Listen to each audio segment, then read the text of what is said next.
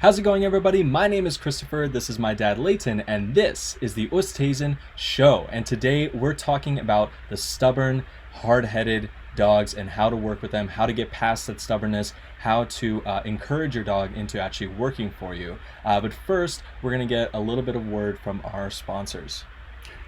Right, so our main sponsor, of course, is Partners Dog Training and Partners Daycare. For those of you who don't know, Partners is a full-service dog training school. We do all sorts of training. Probably the most common question I get asked is, what do we train? Well, the answer is we train everything related to pet obedience, behavior. We do a little bit of dog sports, but we don't do working dogs anymore like we used to. But Partners is obviously our main sponsor. Yep, if you aren't in Arizona, you can't work with Partners ourselves, you can go to Facebook Messenger and check out HeyLudwig on Facebook Messenger to learn through some of the programs that we address and how to address problems, how to teach tricks, how to train obedience, everything like that in a step-by-step format's really great. And then we are just about to end our rattlesnake avoidance for the season, so if you are wanting to get signed up for that, there's a link in the description and you can go ahead and get that done. So today we're talking about stubborn dogs, and I'm sure just like all the other stubborn kids out there and the parents can relate, it is definitely very difficult working with a dog that is stubborn and is hard-headed and is not maybe giving you everything that it could when you're trying to do obedience or when you're trying to teach a new trick, and so that's a really tough thing to work through. And I want to define first, what is the difference between a stubborn dog versus an unmotivated dog, and what are some of the kind of symptoms or characteristics of each? So the most important characteristics of a stubborn dog is basically a dog that does not necessarily want to work for you. So they have their own interest in stake. They want to, basically, it's all about them. It's all about what they're searching for, looking for, wanting to do, chase another dog, hang out at the house, sleep, that kind of thing. They're not a dog that is willing to work for you. And when we look at working dogs, we often tell people there's three things you want to look for. You want to look for a dog that has a really good level of drive. You want to look for a dog that is cognizant of things around them. They show courage, they show confidence, that type of thing. And most importantly, you want to find a dog that is willing to please you, that wants to please you. And that's the thing that's missing a lot of times with really stubborn dogs. And we can talk a bit more So about what's that. the difference between a dog that's actually stubborn and being deliberately hard-headed versus a dog that is just lazy or unmotivated? So dogs that are lazy are kind of like, they're just not really, that's the second thing. There's just not a lot of interest in doing things and getting out there. Their drive is really low, and that's not quite the same thing. A dog that is stubborn, and we come across those every now and again, where you've got to do a lot more repetition with dog, and we're going to talk a bit more about tonight and so forth. And then also as part of that, what do you do when you fail? We have a really awesome video that we're going to show you about. It's actually my own dog, or our own dog. Actually, I should blame it on Sarah, because it's her that caused us to get this dog. But we're going to show you what happens when things fail. And for those of you who saw the preview to tonight, you're gonna laugh your head off when you see what little Coco has got up to the other day. Yeah, so of course, working with a dog that is stubborn or maybe unmotivated to work for you, you really need to nail down what reward is going to be best for that dog, and how can you get them to be motivated to actually work for you. Now, each dog is going to be motivated by different things, just like people are motivated by different things. Someone might be motivated by money, someone might be motivated by more free time, someone might be motivated by being in charge of something or having responsibility or accountability. And just like dogs, or just like people, dogs also are motivated by different things. So obviously the biggest motivation that we work with here at the school are dogs that are motivated by praise and also collectively treats. So what is the process of using treats or using praise to train a dog? So the first thing we want to do is we want to go back to our basics again. And when you have a dog that is really stubborn, it's not because they don't know what they're doing, it's because they just don't want to play along. There's just not a lot of motivation for them. So things like withholding food a little bit. Now, whenever I say withholding, I want to make sure we understand. I'm not telling you to starve your dog. I'm basically saying take their meal, withhold it for maybe one meal, like let them skip one meal so they're a little bit more motivated for their food. And then when you bring them out again the next time, then you might have to do more repetitions. So where we would normally have to do 3 or 4 repetitions of the same thing, with a dog that has a lot of stubbornness to them, you may have to do 8 or 10 or 12. And you do really basic things, like you repeat the same pattern over and over.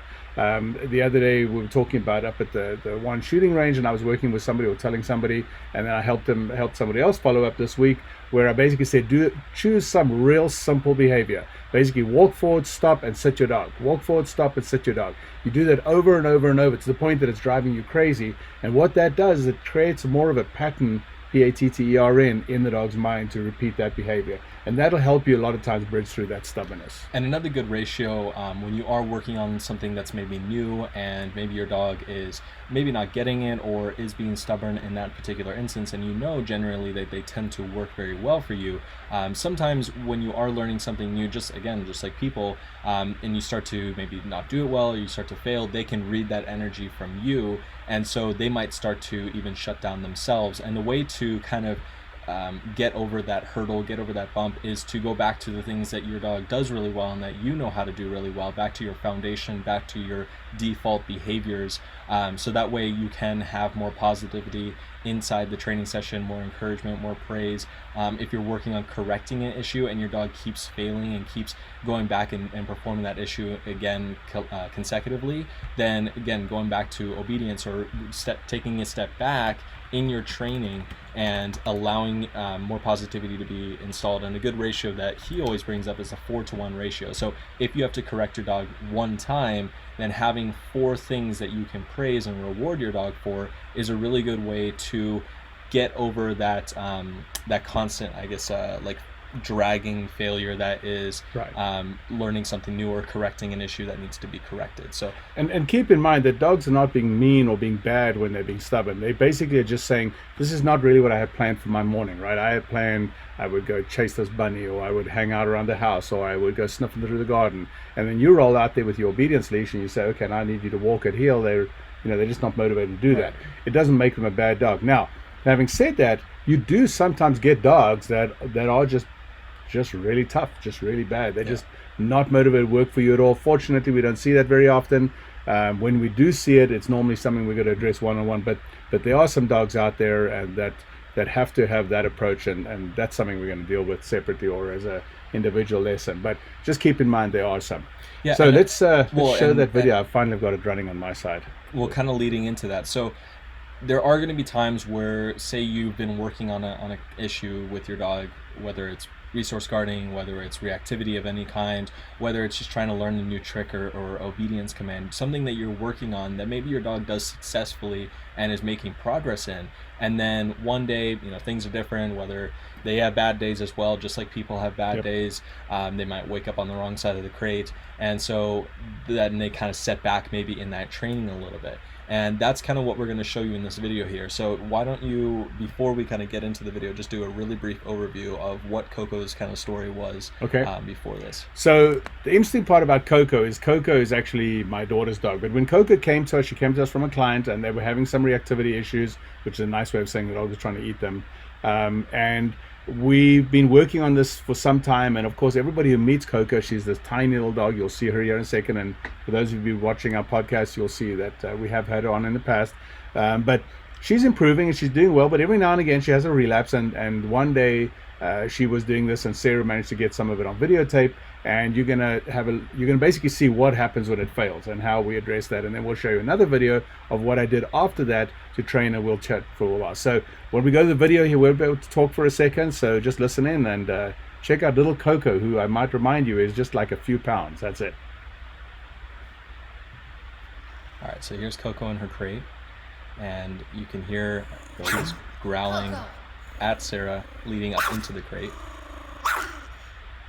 And then on the floor was a little piece of treat that had fallen outside of the crate that Sarah was reaching to pick up, and Coco was even resource guarding onto that treat.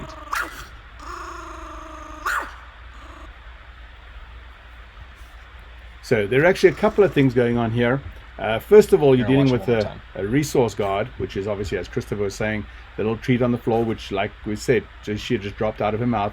And then the second thing was she developed, which is not a very common thing, but which you can see, she developed a territorial obsession with her crate. So she felt very secure in the crate. What you didn't see in the video is when Sarah called me, I came over. Unfortunately, we didn't film that part. I wish we had, because you would have seen. But basically, I opened the crate, and she even transferred that barking and that growling and that aggression towards me, which she never does.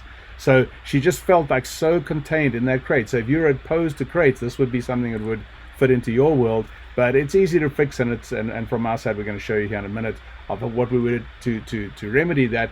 But again, she was so engrossed and so in that zone of being defensive that when I reached into the crate, she was pretty seriously thinking about giving me a bite on the hand. Now, here's something for you guys: do not reach into a crate when a dog is that aggressive. I don't care what size the dog it is; they all bite. They've all got teeth. When that dog is in that zone, you've got a problem, and you need to address it carefully. So there are a couple of ways to get the dog out of the crate. One of the ways is you just gently lift up the back of the crate, and the dog will slide out the crate, and then they should be fine. It really depends on the situation. If you have a very aggressive dog, a large breed dog, then obviously you don't want to be pushing the dog out of the crate or dumping the dog out of the crate. But you definitely do not want to reach into that crate with your hand, because it's almost a surefire way of getting yourself bitten. There's other techniques which we can talk about if you have a situation like this.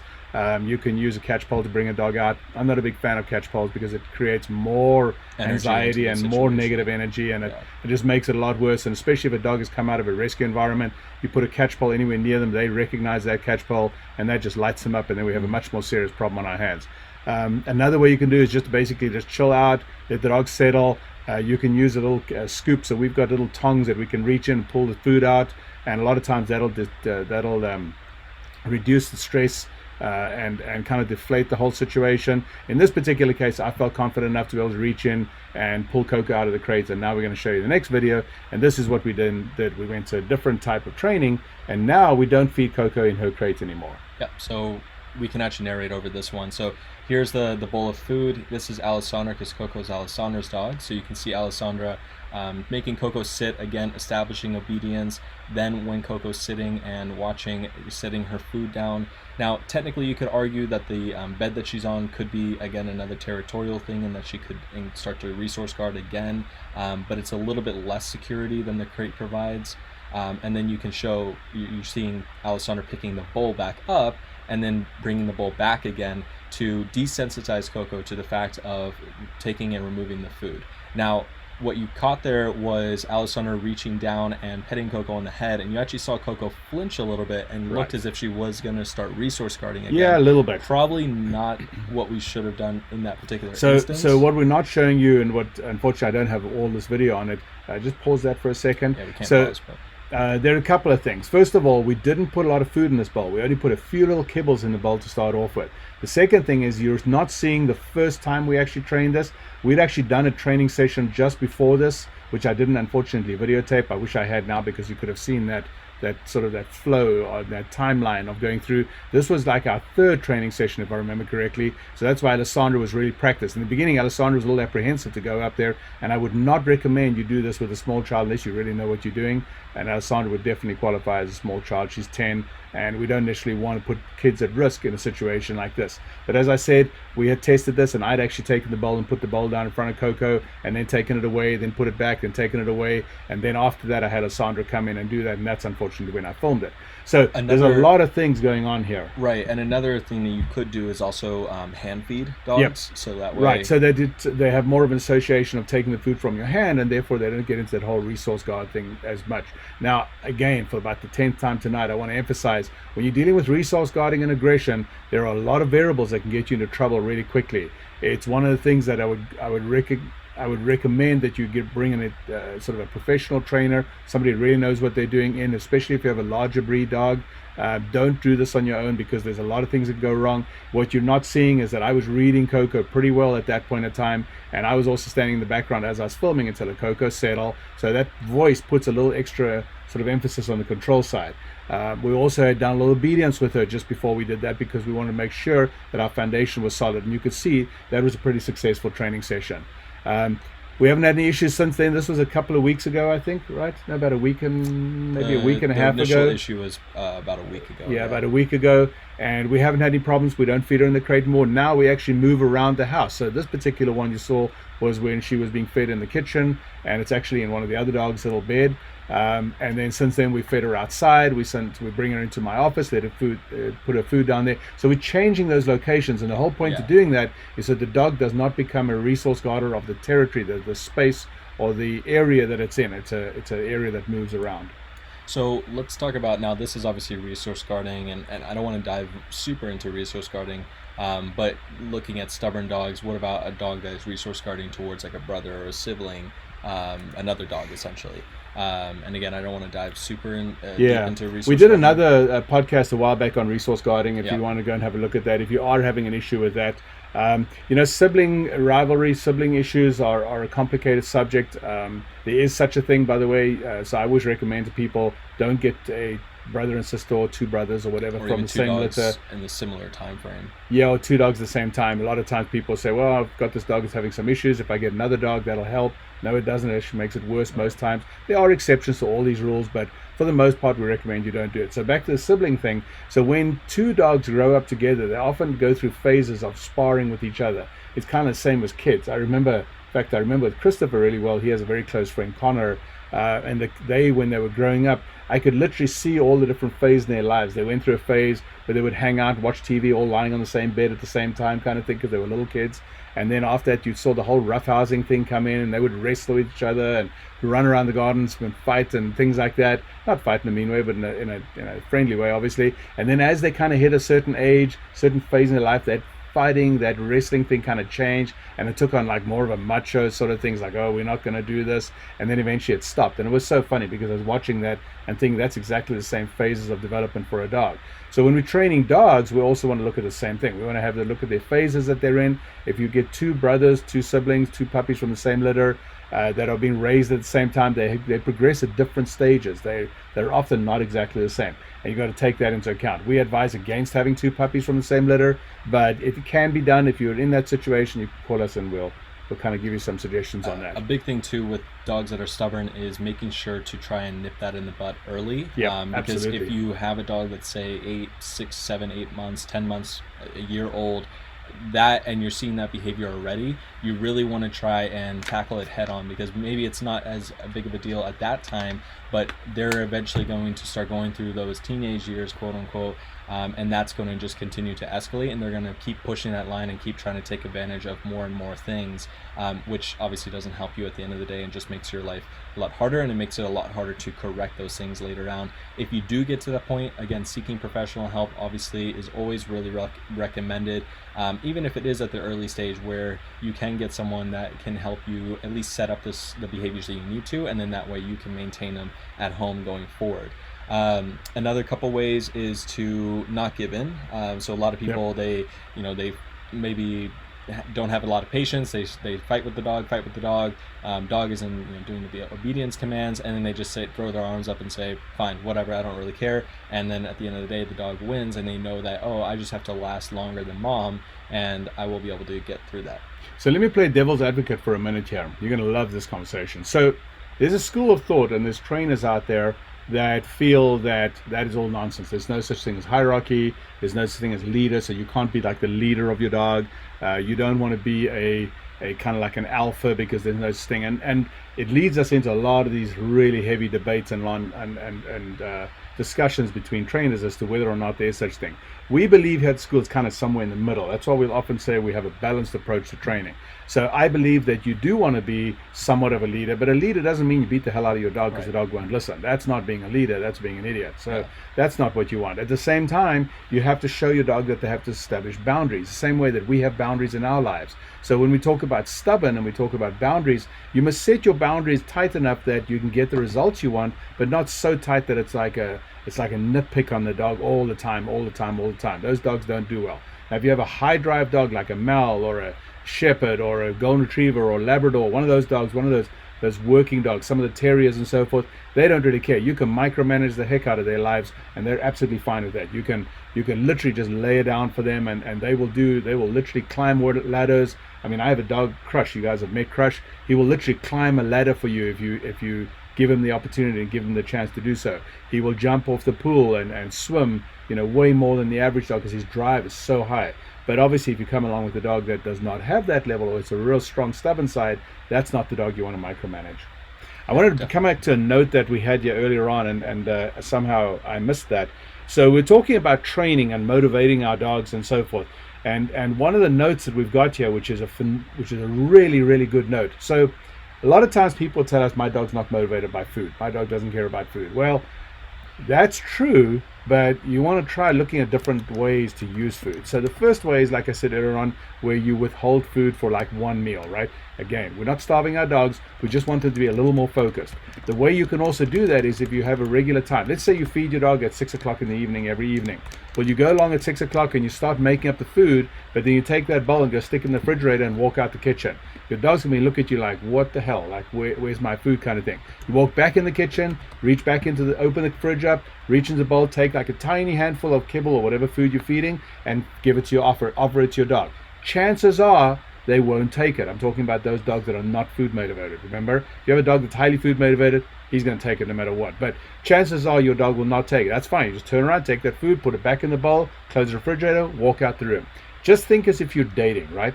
And you kind of want to make somebody work a little harder for that. And I know I'm going to take a lot of heat when I use this analogy, but you kind of want your significant other to have to show that they really care and so forth. So you withhold a lot of attention from them, right? The moment you hold that attention, you get the different effect from that. Now, as I'm saying this, I know I'm going to pay this price, so they're going to say, well, then I'm not going to do it as well. Well, I don't want you to be mean about it. I want you to be in a nice way, and you're kind of playing a little bit of a game, but it's not a bad game. It's a good game.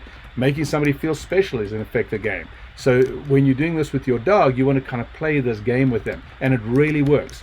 I had a dog a couple of years ago that I was training, and I had this argument with the owners over and over and over of, dog's not food motivated, not food motivated. And I said, well, try this game like I told you about now. And then the next part of the game is, the second phase of that is, go to something that's really unusual, something like beef jerky, something like cheese spread, something like high value treats. So we often refer to high value treats or low value treats. Normal food, low value, right? Dog gets it every day. Doesn't matter whether when he's going to work for it or not work for it, he's going to get his food anyway. But give him something that's really unique. Take the jerky and break it up into tiny little pieces. The other one that we like to use are the little baby wiener hot dogs that come in the glass jars. When we're training tracking dogs and search dogs and so on, we use those little jars. They're nice and juicy. Yeah, they kind of suck for your hands, but you train your dog. And what you do is you kind of get your hands nice and wet with that stuff, and then you offer it to the dog, but you don't actually have anything in your hand. Once the dog shows attention to that, you then carry one of the little hot dogs in your hand. You offer it to them. If you can see my hand, I think you can see it in the camera there now. You offer it to them, but you kind of open your fingers up like that, and the treat is inside. Just imagine, like this remote control I've got here now. Just imagine it's in your hand, and you just give them kind of like little pieces at a time.